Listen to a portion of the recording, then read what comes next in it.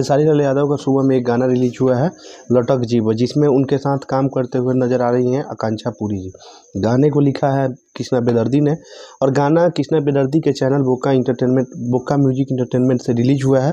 गाना अच्छा है, प्यारा है और गाने के वीडियो क्वालिटी थोड़ा सा हॉटनेस है, रोमांटिक बनाया गया है, बट गाना बहुत अच्छा है, बहुत प्यारा है। क्योंकि कृष्णा बेदर्दी लिखे और खेसारी लाल यादव गा दे, गाने का जवाब ही नहीं है।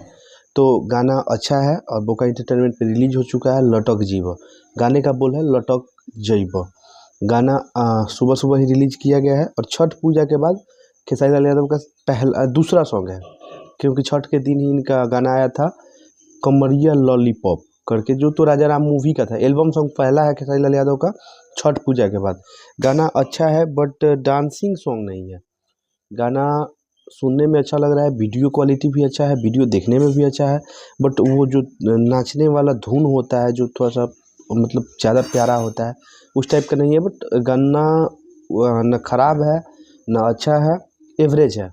सुनने में प्यारा लग रहा है, देखने में प्यारा लग रहा है, बट वो बजा करके नाचने वाला चाहे उस टाइप के जो बिहार में खूब ढिकचक ढिकचक चलता है उस टाइप का नहीं है। गाना मीडियम एवरेज है और गाने का वीडियो क्वालिटी ज़बरदस्त है, वीडियो क्वालिटी ज़बरदस्त है, बस सुनने में एवरेज गाना है।